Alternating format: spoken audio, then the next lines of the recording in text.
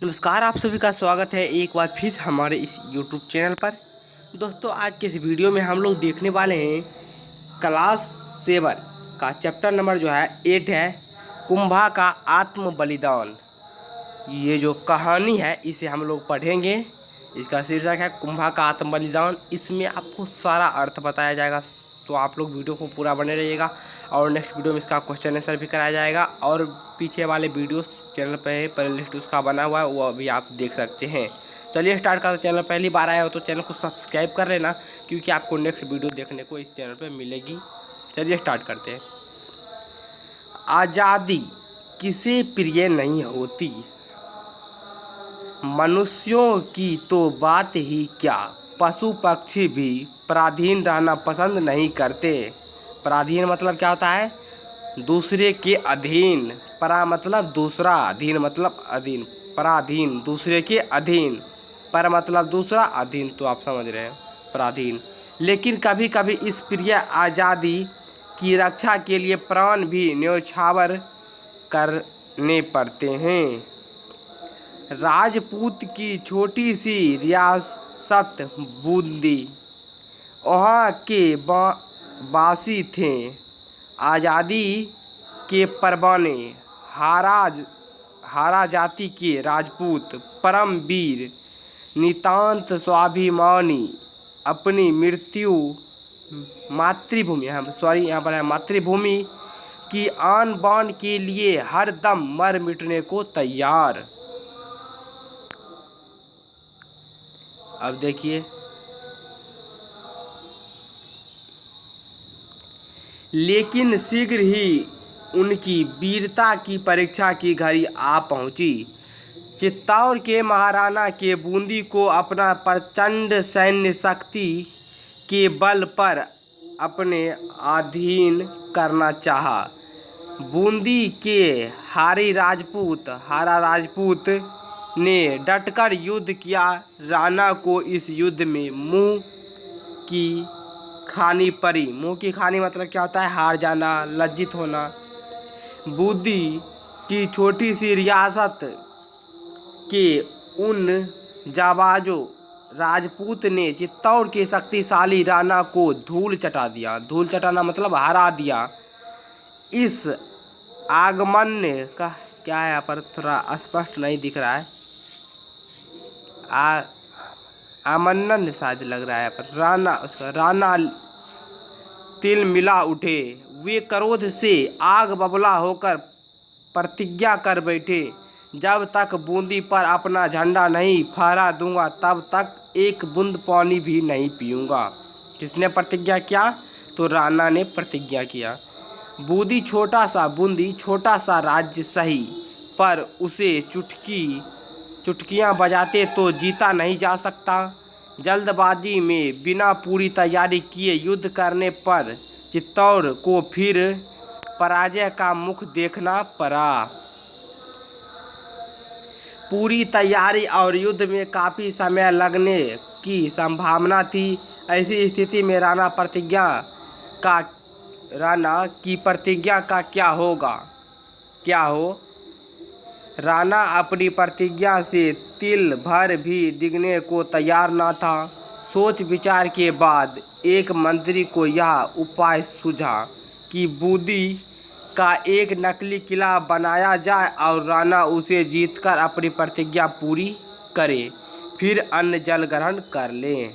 ये जो राय था, इसे किसने दिया था? तो मंत्री ने दिया था। किसके मंत्री? तो राणा के मंत्री ने इस राय को दिया रखा। बाद में भली भांति तैयार करके बूंदी को असली किला जीता जाएगा। यह उपाय सबको पसंद आया। फिर तो तुरंत एक मैदान में बूंदी का नकली किला बनाया जाने लगा। कभी चित्तौड़ की सेना का एक हारा सैनिक जंगल से शिकार लेकर लौटा। किला बनते देखकर वह ठिठक गया।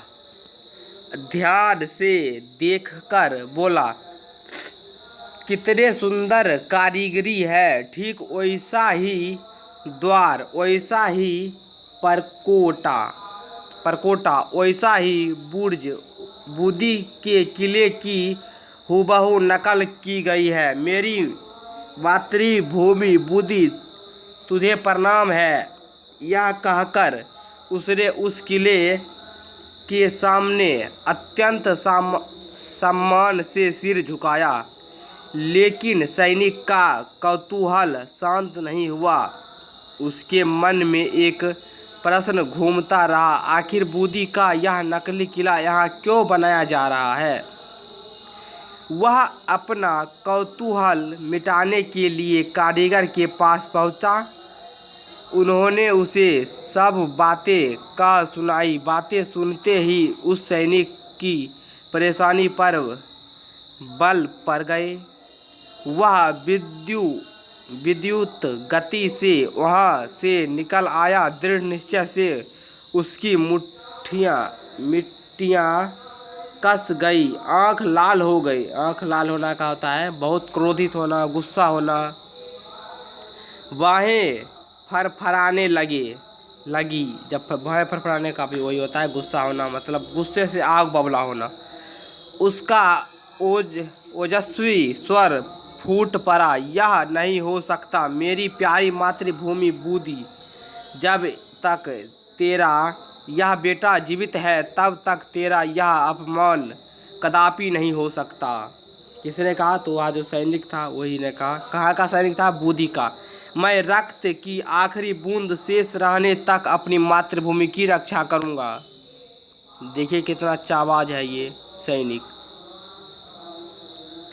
जानते हैं कौन था यह सैनिक? यह था वीर हारा राजपूत कुंभा। देखिए ये वीर हारा राजपूत कुंभा था यह सैनिक।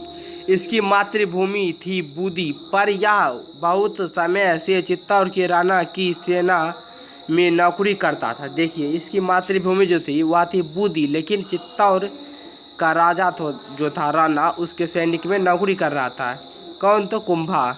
बूदी के कुछ और हारा राजपूत भी राणा की सेना में सैनिक थे। सभी परम स्वामी भक्त, परम वीर। ये सभी राणा के लिए हरदम मरने मिटने को तैयार थे, पर अपनी मातृभूमि बूदी को अपमानित करने का यह नाटक इनके लिए अत्यंत असहनीय था। मतलब सब चित्तौड़वासी इन हारा राजपूत की इस नाराज़गी से बेखबर थे। मतलब किसी को पता नहीं था क्या यह राजपूत जो है नाराज है, एक तरह से कह सकते हैं। योजना अनुसार राजा दूसरे दिन बूदी के नकली किले को जीतने के लिए सेना लेकर चल पड़े। एकदम निश्चित जीत के बारे में पूरी तरह अवगत, देख लीजिएगा, क्योंकि वास्तविक युद्ध नहीं है, युद्ध का नाटक ही तो होना था। राणा के वहां पहुंचने पर हल्का फुल्का प्रतिरोध करने के बाद बूदी के नकली सैनिक को हथियार डाल देने थे। लेकिन यह क्या, नकली किले में घुसने से पहले ही राणा को तीरों की जोरदार बौछार का सामना करना पड़ा। तीर ठीक लक्ष्य साधकर छोड़े जा रहे थे। राणा ने बड़ी मुश्किल से अपने को बचाया। यह सब कुछ अप्रत्याशित था। कोई नहीं जान पाया कि यह कैसे हुआ। यह सब जो हो रहा था इसे कोई नहीं जान रहा था। अब आगे बढ़ते हैं।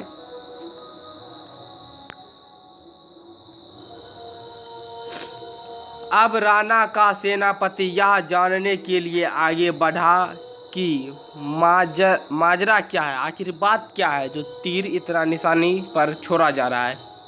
तभी अंदर से हारा राजपूत वीर कुंभा का सिंह गर्जन सुनाई पड़ा। सेनापति जी खबरदार, पीछे हटिए। हमारे जीते जी आप बूंदी के किले में पैर नहीं रख पाएंगे। अंदर आने के लिए आपको बूंदी के वीर की लाशों पर से गुजरना होगा। कि कौन कह रहा था? तो ये कुंभा जो थे वही कह रहे थे। अच्छा कुंभा, यह तुम हो? अरे भाई, यह बूंदी नहीं है, यह तो राणा की प्रतिज्ञा पूरी करने के लिए बनाया गया नकली किला है। बात समझो और एक तरफ हट जाओ। ये जो सेनापति थे वो कुंभा से कह रहे हैं। अब चलिए आगे देखते हैं। अब देखिए क्या हो रहा है। सेनापति सेनापति जी, मातृभूमि तो मातृभूमि होती है। वीर अपने प्राण देकर भी उसकी रक्षा करते हैं। मातृभूमि नकली भी होती है, यह मैंने आपसे ही सुन रहा हूँ। कौन कह रहा है? कुंभा।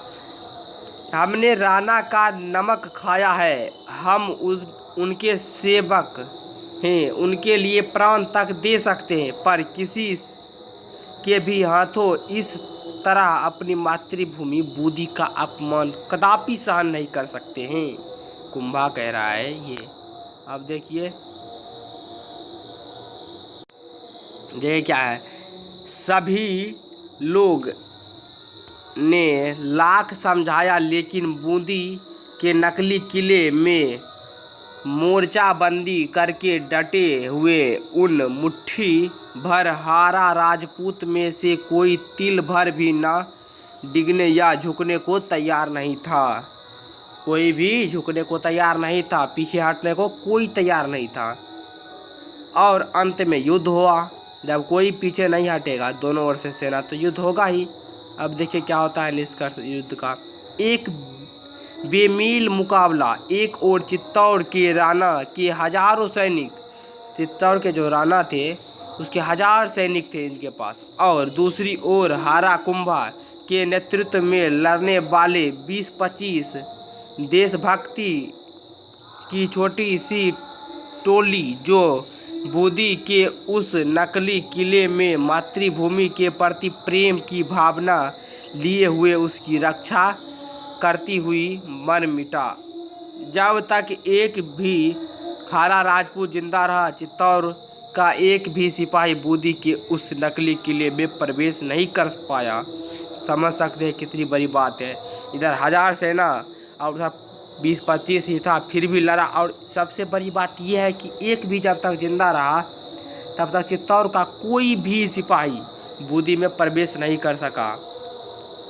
अब देखिए कहानी का अंत हो गया। राणा जीता, कुंभा और उसकी वीर टोली हार गई। पर क्या सचमुच ऐसा ही हुआ? नहीं, लगता ऐसी ही जैसे राणा जीतकर भी हार गया और कुंभा अपनी मातृभूमि की आन बान के लिए मरकर युद्ध में जीत गया।